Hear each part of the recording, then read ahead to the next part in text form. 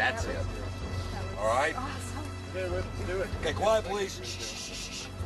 Ready, action, eyes. Okay, his head moves, his mouth opens up as he stands. There you go. Yeah, that's it. The Zombie Dog was created by Henderson Design and Productions, headed up by Doug Henderson, that's me.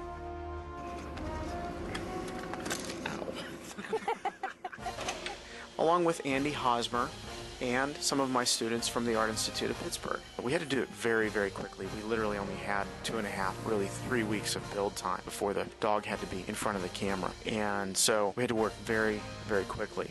Immediately, I started to sculpt the head, and Andy Hosmer and Tim Corrigan began making the fiberglass for the body. Within a day or so, I molded the head and began the process of making the fiberglass.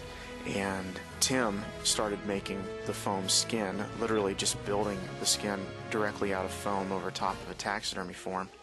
Andy and I began to mechanize the head.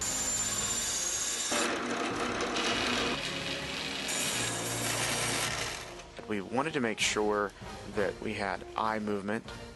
You know, we wanted the eyes to move side to side and up and down, and we wanted it to snarl.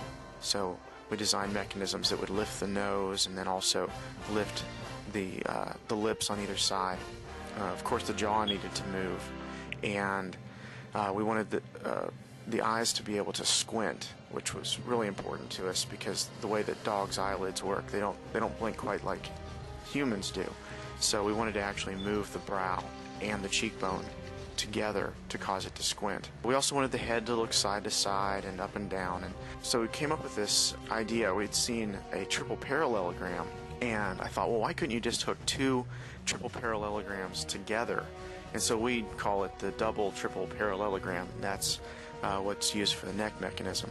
Whenever we were considering this triple parallelogram, I wanted to make sure it would work, so I began building a miniature version of it while we were waiting for the taxidermy forms to arrive. Andy came over and helped me finish it, and we worked out a lot of the bugs on the little thing, figured out how we would actually attach the 2 triple parallelograms to each other. Also, it gave us an idea of the range of movement we'd be able to get. Andy and I talked quite a bit about how we would rig up this dog. We knew that we needed to make it so that it was a little bit mobile, so it could roll forward and we could rod puppeteer the legs. And so we had a bunch of different designs in mind and drew those over and over again until finally we came up with this design. And Andy welded a steel frame for the body, and then he also welded a steel rig that the whole thing could be held onto.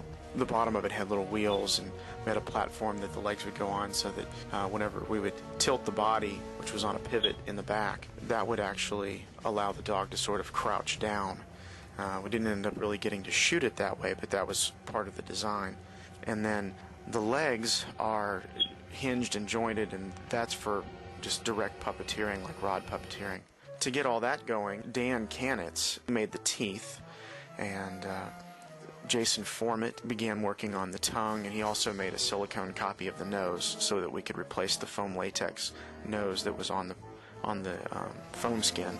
Rob Bennett helped out with patching and painting, and especially helped out a lot with the hair work once we got to that.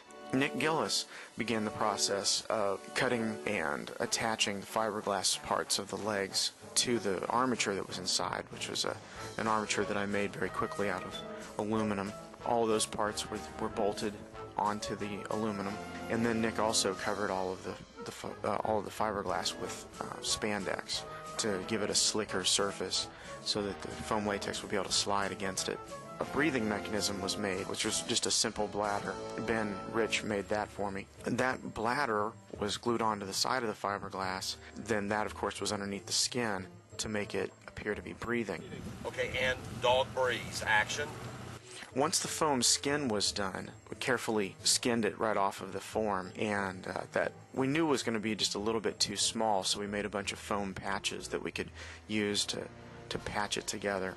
Also, back with the head, we wanted to see if we could make it so that the eyes would glow. Originally, we were planning on having Scotch-Light material down in all the crevices of the burns on the dog and also underneath the hair, so it would appear to be burning from the inside. Turned out that that effect was not going to work out in the daylight, so that was completely skipped. And so we decided to go ahead and skip the idea of the eyes glowing, but as you can see, it was actually a pretty cool effect. The skin was painted sort of a bloody red color. We were going to be gluing the hair on with rubber cement.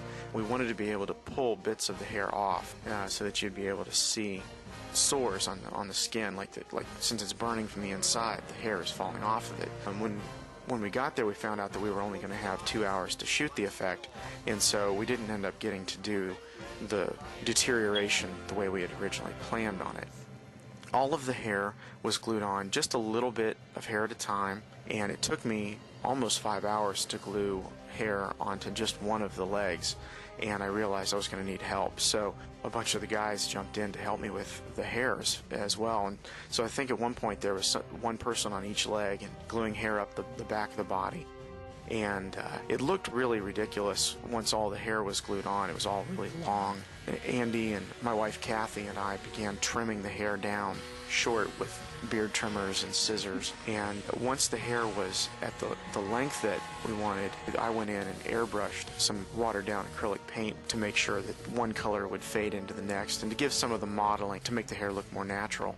We also had built the dog hollow. And what that allowed us to do was, since it was supposed to be burning from the inside, we could pump fog right up through its backside, and the fog would literally pour out of its mouth. And we had little slits in areas that we had left open so that the fog would come out from underneath its arms and under its body, and even out of a few holes in the neck. And the test we did looked great, and it worked really good on set. While we were puppeteering, Andy was puppeteering the neck and the head movements as well as the jaw.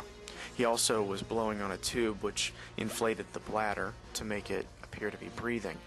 I was puppeteering the legs off camera, and also I would put the fog up the backside of the dog, and then my wife puppeteered the face with remote controls. She was moving the eyes and snarls. And so with the three of us puppeteering it, the dog actually looked quite alive. So anyway, it was a lot of work, a lot of hard hours, and all the guys just really dove in and did a great job bringing together the zombie dog.